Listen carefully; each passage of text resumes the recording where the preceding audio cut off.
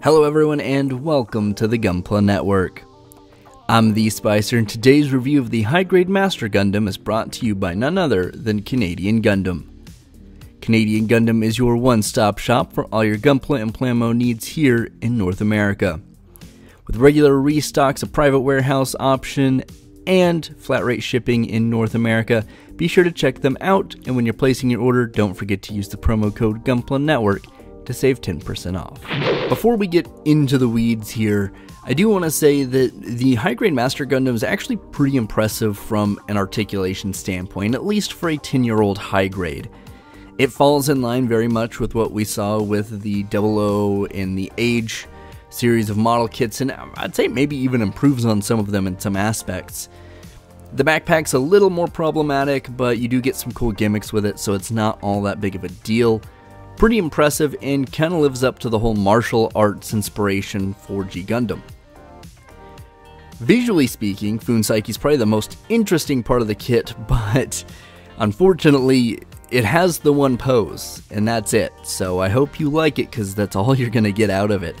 You can put other things on it as well, which is kind of cool, but generally speaking it is a one-trick pony, if you will. Overall, the build was pretty straightforward. I'd say Fuunsaiki is kind of the strangest build just because some of the pieces don't go together super great and are kind of weird. But since you're not moving it around a whole lot, I can kind of understand as to why.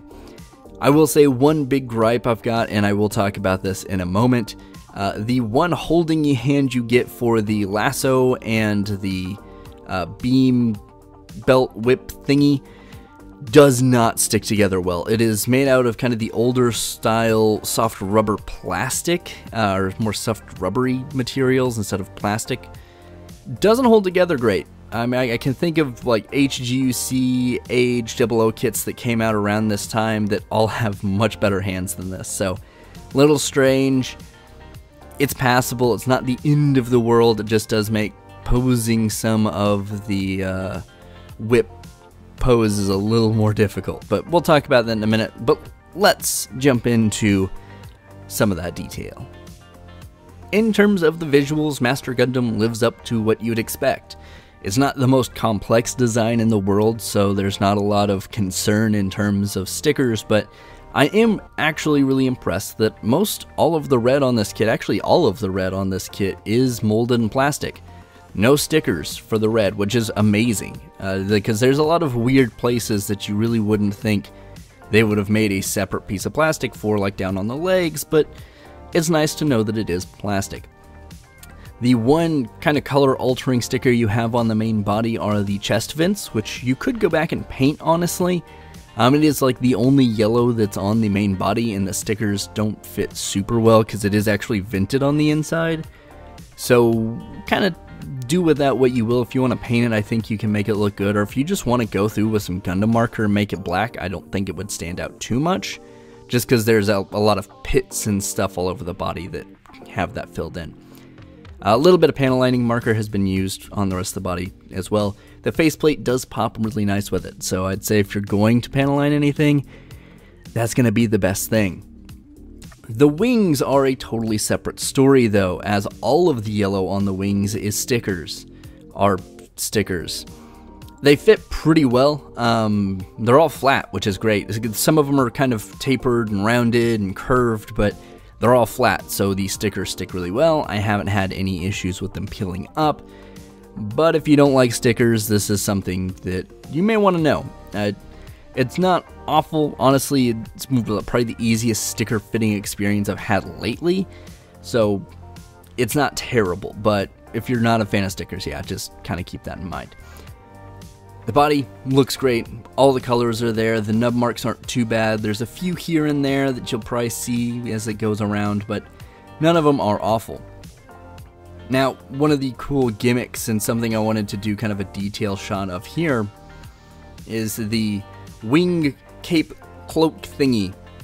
Once again, all of these stickers, or all the yellow all of the yellow pieces are made up of stickers, but they're all really easy to stick, all flat, so you don't have to worry about any peeling. Maybe after a while they'll peel, but it's neither here nor there.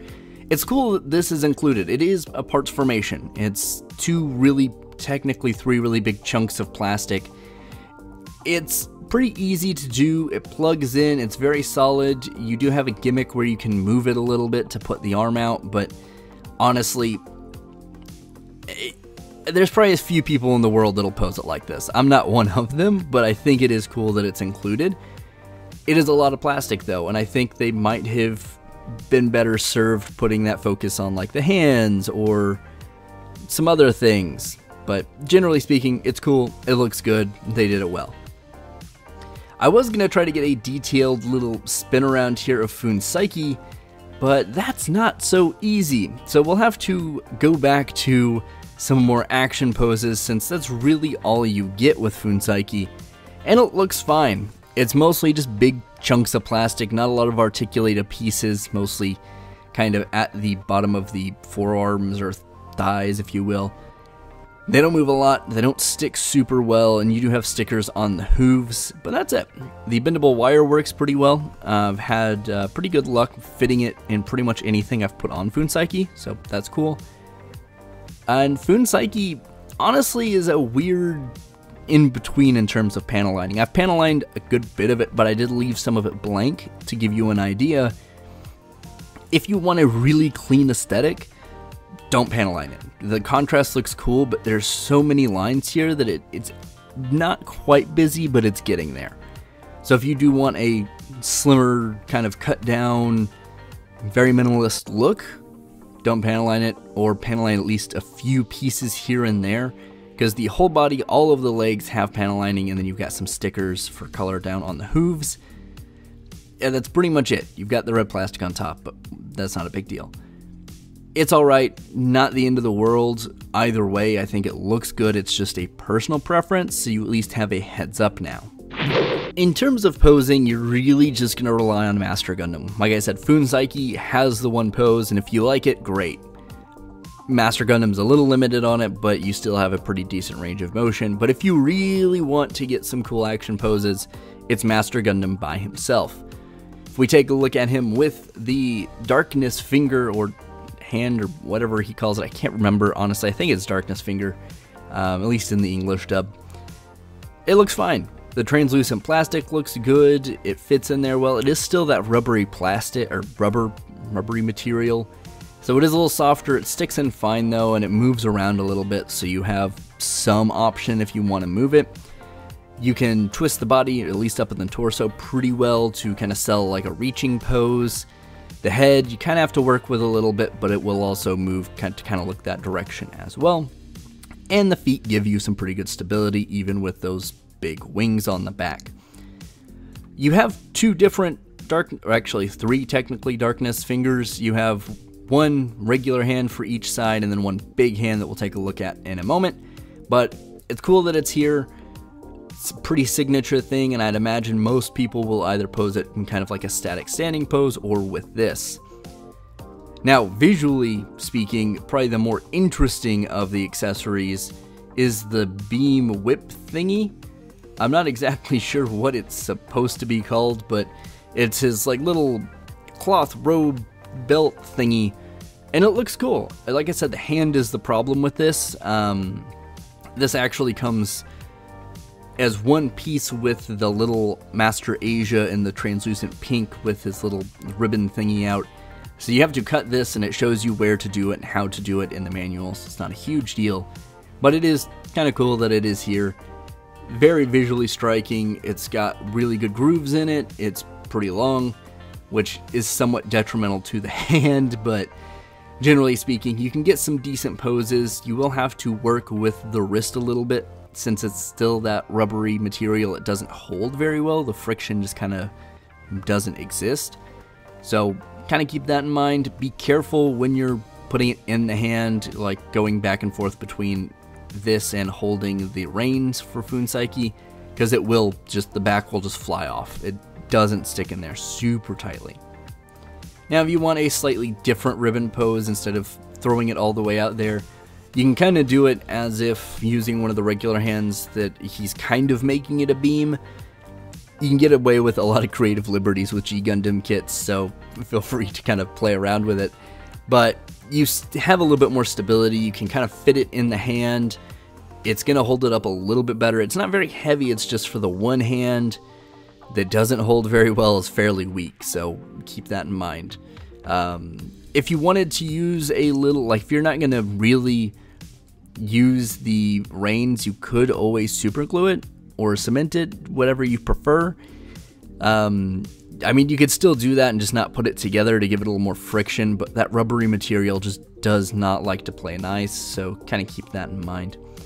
Now, as we take a look at it with some other G Gundam related stuff, we see the big old darkness finger, which there is an equivalent, I believe, only in the Shining Gundam. I don't think the Burning Gundam had a similar thing just because the way the hand is designed, but it is just a big version of it. I'm sure there's some frames of animation that look like this, and you get some cool streaking patterns in the clear pink plastic.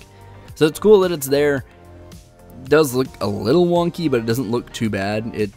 For trying to sell a kind of weirdly animated attack, it actually sells it pretty well. As we have it here with the Robot Damashi Burning Gundam, looks really good. Pretty solid. It's 1/144 scale, so all your high grade and Robot Damashi G Gundam stuff's going to fit fairly well. Gundam Universe is going to be a little too big, of course, so keep that in mind. But generally speaking, it works pretty well with that. Nothing too bad in terms of trying to pose it around in a combat style. So if you do want to take some pictures with it, you can do so. Now, in terms of just regular martial arts poses, you can pull off some pretty decent ones. Nothing too crazy, of course, but you will get a little bit of action out of it. You have a couple of different hands that it shows you how to use them on the box, but I just could not get them in a good, convincing martial arts looking pose. I think that's probably just me, but these rubbery hands I'm just not a huge fan of. You can do pretty good stuff with just the regular hands. They're really sharp and pointed at the ends, which is cool. It kind of gives it more of that evil feel, kind of the evil, brutal vibe, much like the Barbados from Iron Blooded Orphans. It's got the big pointy fingers, or even the Kasi from Hathaway's Flash. Kind of sells that whole thing. I will say, very late in the review to do this, but the V-fin, the red piece, has the little nubs on the back, the little safety nubs. Don't cut those off. This is like the only kit I think I will ever mention this on. I always cut them off on the rest of my kits. Do not do it on this one, because there are holes in the head fitted for those, so it looks a little awkward in certain light if you do that. There's just an empty space back there, so you will get some weird shadowing effect back there. Overall, I'm actually really pleased with the high-grade Master Gundam. Now, I will say, if you're not a fan of this aesthetic or G Gundam, this may not be a kit for you. With it including Fuunsaiki and some of the other big gimmicks, this is a little pricier in terms of a high grade, so kind of keep that in mind. But if you liked any of the stuff you saw here, if you just like posing kits, this is a good one to do with.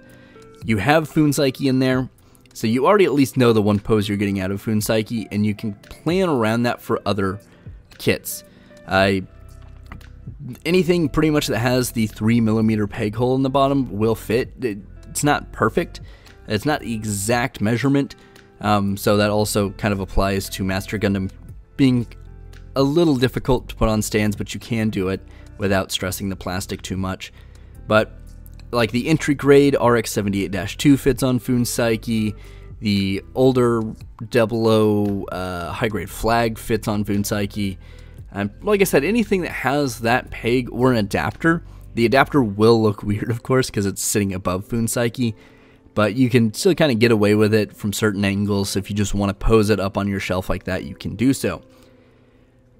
In terms of Master Gundam, though, it's almost a shame that he is so well posed that he's going to get stuck on Fuunsaiki. Most people that buy this kit, that's what they're going to do most of the time. He looks good there, but you're really missing out on a lot of cool martial artsy poses, especially if you've got other G Gundam kits on your shelf. So, if you're a G Gundam fan, if you like this aesthetic, or if you just like posing, this is I'd say a must-buy, honestly. Fuunsaiki, while not being super posable, is very visually cool, and Master Gundam is just a ton of fun to pose around with very few parts flying off here and there. But those are my thoughts. In those comments down below, let us know if you've built this, what did you think, or if you're trying to figure out whether or not you want to buy it and I haven't pushed you over on one side of the fence, allow me to help. Put any questions down in the comments, I'll do my best. But as always, friends, I've been the Spicer here for the Gunpla Network. Please stay safe and keep on building.